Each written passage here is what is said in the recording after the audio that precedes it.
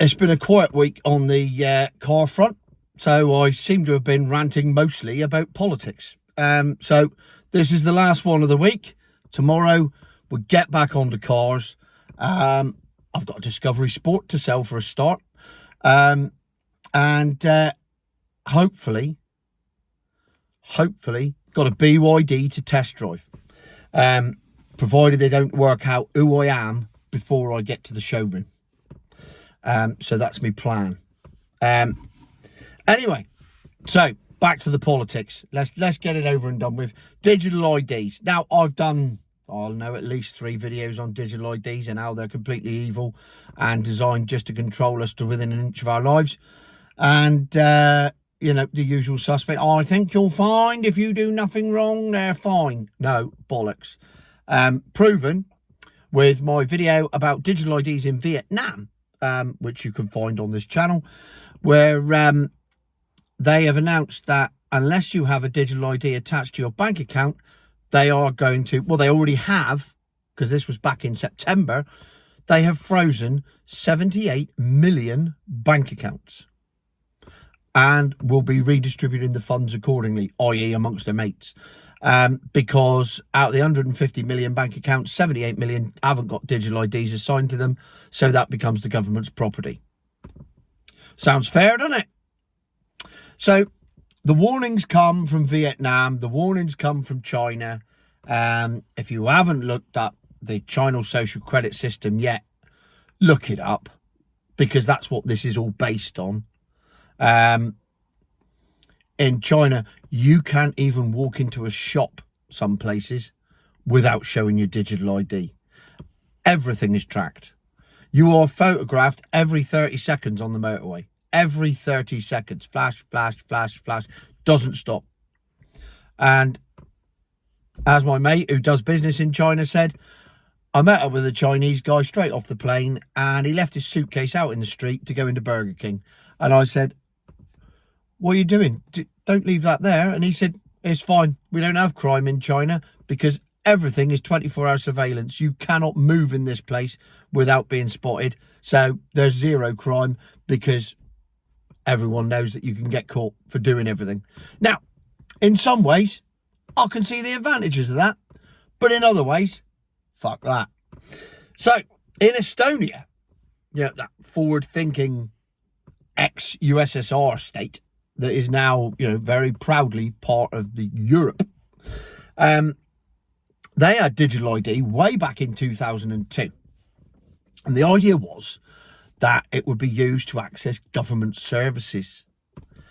Now, see if you can find any similarities here between what happened in Estonia and what's happening here.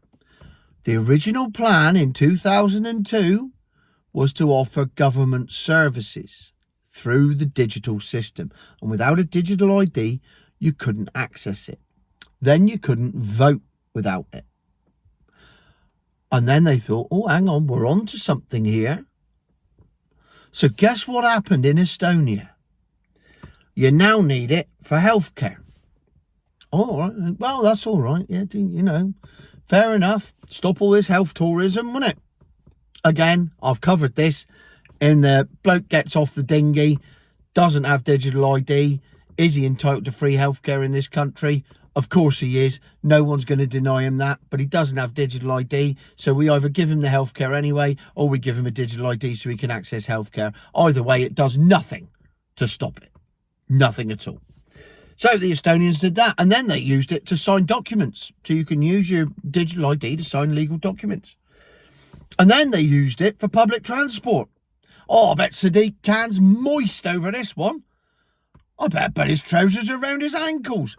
What? I can use the government digital ID to control transport for London so we know exactly where everyone is 24 hours a day, 7 days a week. And we can punish the white... Sorry, I nearly said something I shouldn't have said then, so I stopped myself. So we can punish people that don't need to be punished. Let's leave it at that. And let the people that vote for me continue to act with impunity. Let's leave it at that. Allegedly. So there's another thing the digital ID does. Oh, and the final thing, it controls your banking. That's right. the Estonian digital ID controls your banking now as well. Who saw that coming? What, the brick card will control your banking? Who'd have thought it?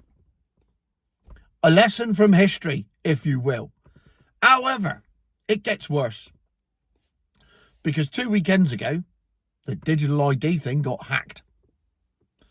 And 750,000 people were frozen out for an entire weekend. Couldn't do a thing. Obviously couldn't go on public transport, couldn't access healthcare, couldn't access government services, couldn't sign documents, couldn't get to their bank, couldn't get to their money, because it was all frozen. Now, what are the chances of that happening here? Let me put this in perspective. It's only 750,000 people, I hear you say. Yes, it is only 750,000 people. However, Estonia only has a population of 1.3 million. I had no idea it was this tiny, by the way. I mean, that's like a sixth of the size of London for an entire country. Mental.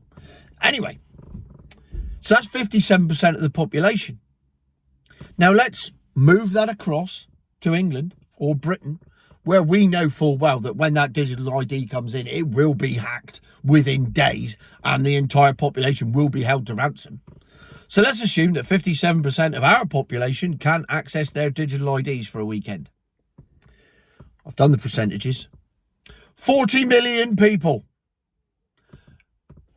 Now suddenly, that scale takes on a new concept, doesn't it? 40 million people stranded, stuck in their homes, unable to leave because they can't get to the bank, they can't get to their money, they can't drive their car because they can't put petrol in it.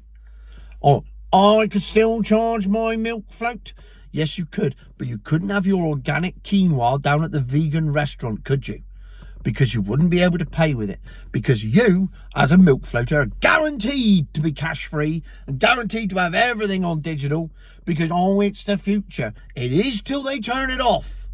And at that point, it stops being the future and starts being very much the past, i.e. the Dark Ages.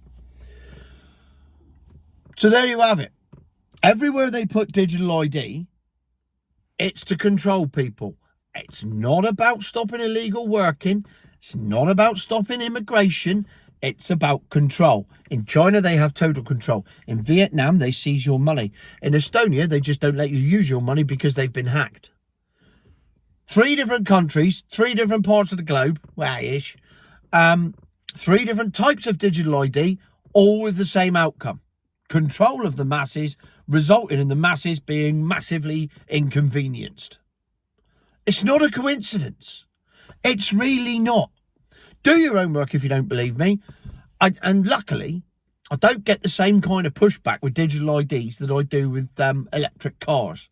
People aren't so passionate about digital IDs because they haven't got one yet. If you've got an electric car, you become passionate about it because you realise you've made a mistake. I think you'll find I've saved 17 grand. Yes, you have. You've also lost that in depreciation. I haven't, because I use my solar panels to charge up. You spent 20 grand on your solar panels. You haven't got that money back yet.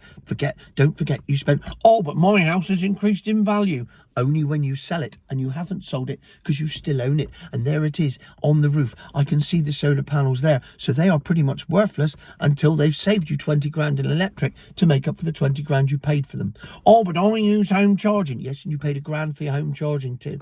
So that's 17 grand you came to save in diesel. You haven't actually saved anything at all. I've got a heat pump. You paid 10 grand for that too. And that hasn't paid for itself either, has it? It will do when I sell, but you haven't sold, have you? And so it goes on and on and on and on and on. And at least it's more exciting than a digital ID, which they will jump at the chance to have as soon as they get one. The floaterati will be all over the digital ID. And then they'll be on social media telling everyone else how great it is because they've got it.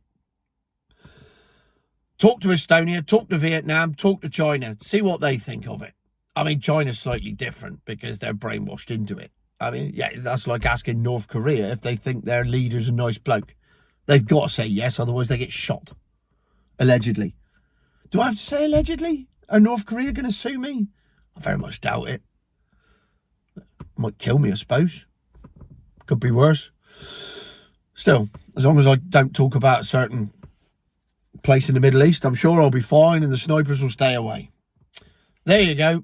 Here endeth the lesson for the Sunday sermon. Have a lovely day. Have a lovely weekend. Back to cars tomorrow, starting with a Land Rover Discovery. Future my arse.